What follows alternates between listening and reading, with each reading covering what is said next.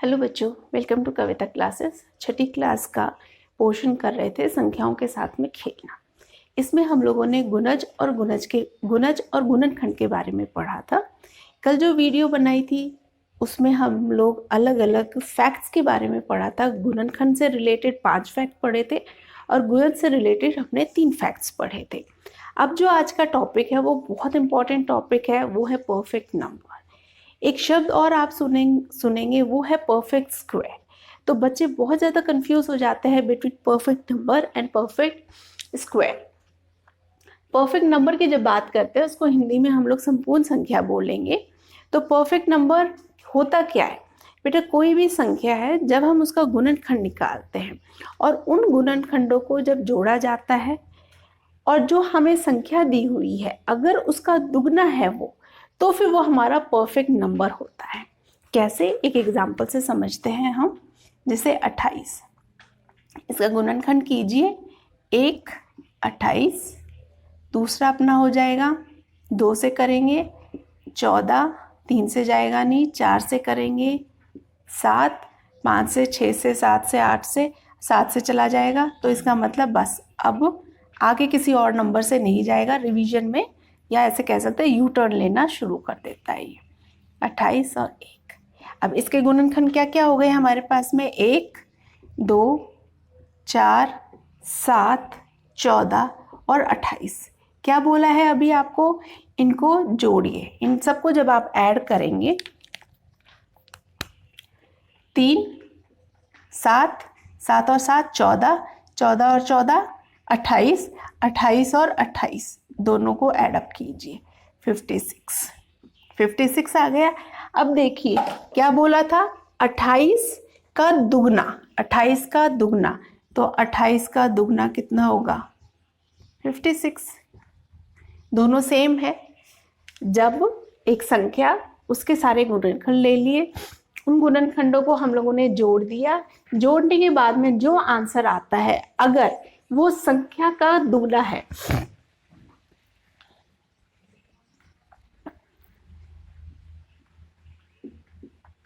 संख्या का दुगना, अगर संख्या का दुगना है तो इसका मतलब वो हमारा परफेक्ट स्क्वायर है। जब जोड़ लिया, जोड़ने के बाद में इन सबको जोड़ा, जोड़ने के बाद में अगर हमारी संख्या का दुगना आया तो वो हमारा जो नंबर है वो परफेक्ट स्क्वायर है।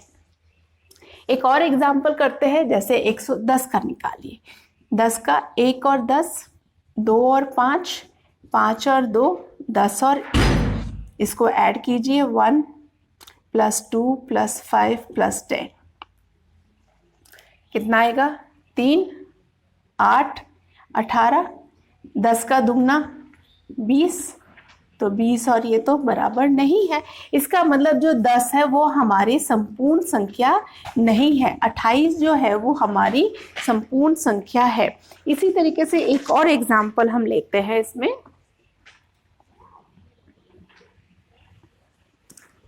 121।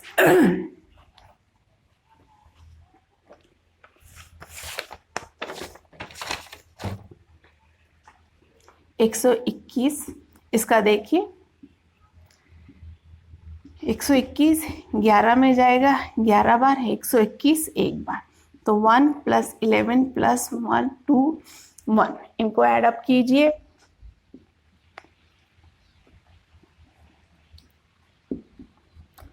एक 121 का दुगना कीजिए 242। नहीं है, मतलब कि ये जो नंबर है ये भी हमारी संपूर्ण संख्या नहीं है। तो संपूर्ण संख्या में आप सिर्फ इतना ध्यान रख लीजिए कि हमारी संपूर्ण संख्या क्या होगी? जो संख्या हमने उसका फैक्टर्स निकाला, फैक्टर्स निकालने के बाद में जोड़ा और जोड़ने के बाद में जो हमारे पास में उत्तर आया अगर वो उस संख्या का दुगना है तो वो हमारा परफेक्ट नंबर है, अदरवाइज वो हमारा परफेक्ट नंबर नहीं है। अब 121 जब है, मैं आपको स्क्वायर की बात बताती हूँ, तो 121 आपका परफेक्ट स्क्वायर तो हो जाएगा पर परफेक्ट नंबर नहीं होगा। और एक इंपॉर्टेंट और इसकी बात सुनिए। 6 का देखिए पहले, 1 और 6, 2 और 3, 3 और 2 6 और 1, 1 + 2 + 3 + 6, 6 + 6 कितना हो गया? 12। 6 का दुगना, 6 का दुगना 12। तो हाँ, 6 हमारा परफेक्ट नंबर है। तो यहाँ पे हमारे पास में एक कंक्लूजन इसमें निकलता है बेटा। और कई बार क्वेश्चन ये पूछा जाता, बहुत इंपॉर्टेंट क्वेश्चन है, क्योंकि हमारे पास में सिर्फ लिमिटेड नंबर के परफेक्ट नंबर्स आते हैं। जब हम ये पूछे कि 1 से 100 के मध्य परफेक्ट या संपूर्ण संख्याएं,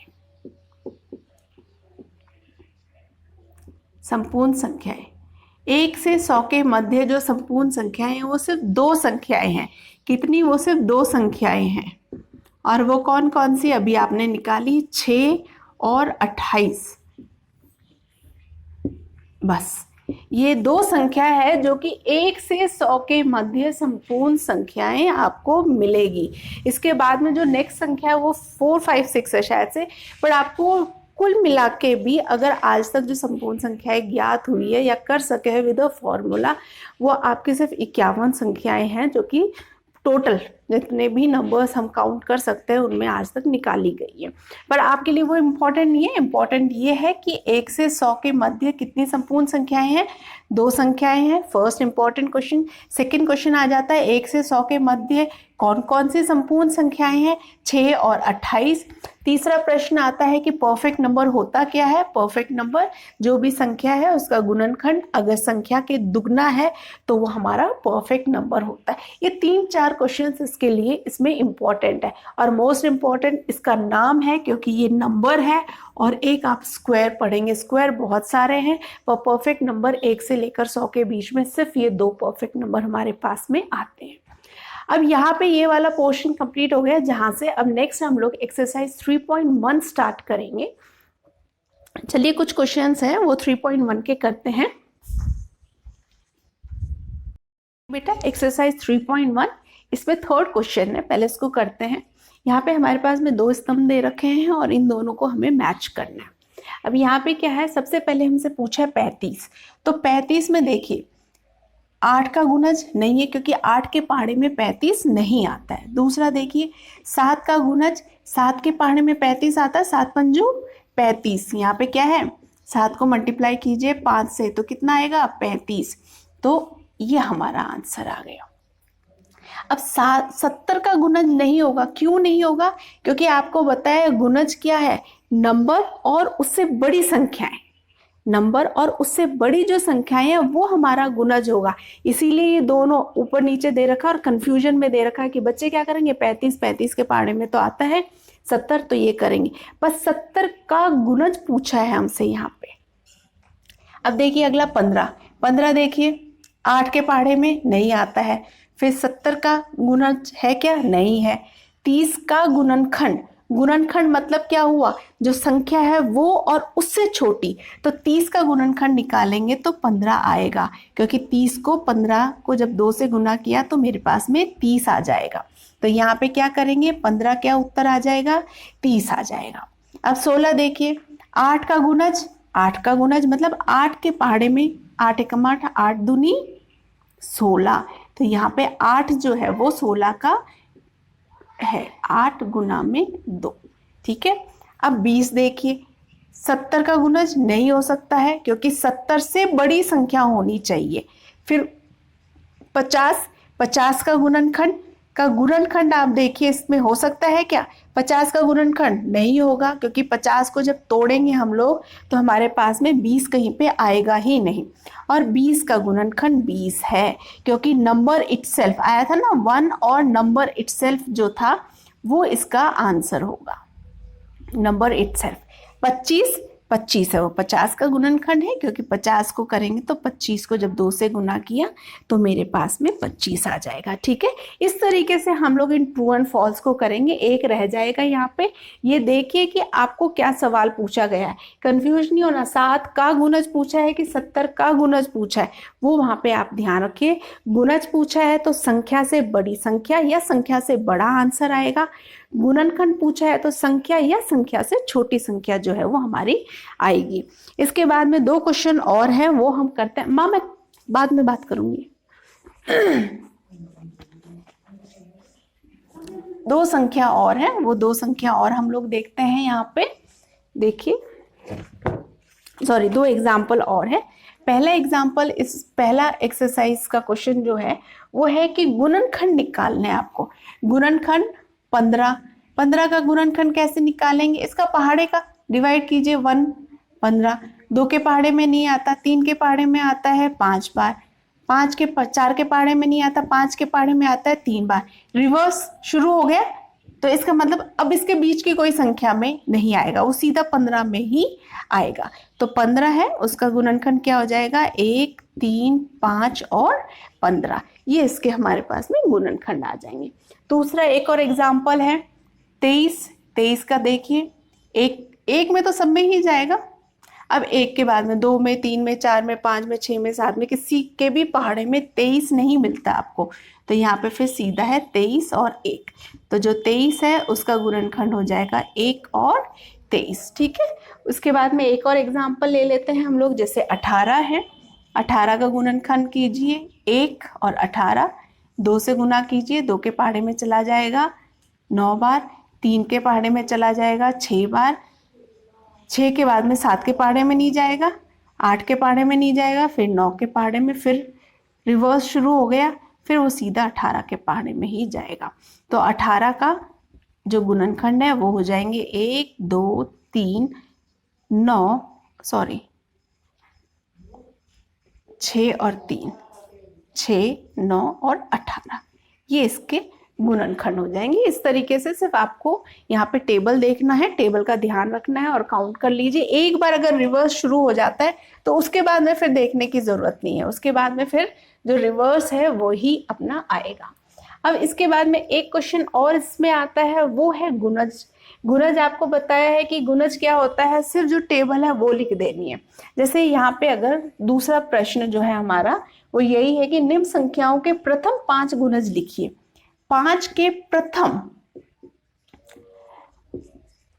5 गुणज, तो बेटा प्रथम 5 गुणज का मतलब 5 के पहाड़ा सीधा बोलिए, 5 तो आएगा ही आएगा, नंबर इटसेल्फ तो आएगा। दूसरा क्या है 10 15 20 25, 5 एकम 5, 5 दूनी 5 दिया, 5 चौक 5 पंजू 25, ये आ गया आपके पास में।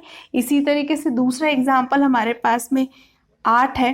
8 के प्रथम पूछा है तो ध्यान रखिए पहले 1 से गुना करेंगे, फिर 2 से, फिर 3 से एंड सो ऑन। तो 8 का सीधा सीधा पहाड़ा बोल दीजिए, 8 16 24 32 40, ये इसके गुणज हो गए। इस तरीके से हम इस प्रश्नावली को या इसमें जो इसके ऊपर आधारित प्रश्न है वो इस तरीके से करेंगे। गुणनखंड है उसको तोड़ लेंगे, गुणज है उसको मल्टीप्लाई कर देंगे। तो बेटा यहाँ पे एक्सरसाइज 3.1 आपकी कंप्लीट होती है। अब नेक्स्ट वीडियो में हम प्राइम नंबर्स, कंपोजिट नंबर्स, इसके बारे में पढ़ेंगे। अगर आपको ये वीडियो अच्छी लग रही है तो प्लीज़ इस वीडियो को शेयर, सब्सक्राइब and like कीजिए। and thank you a lot for giving me your time. Have a good day.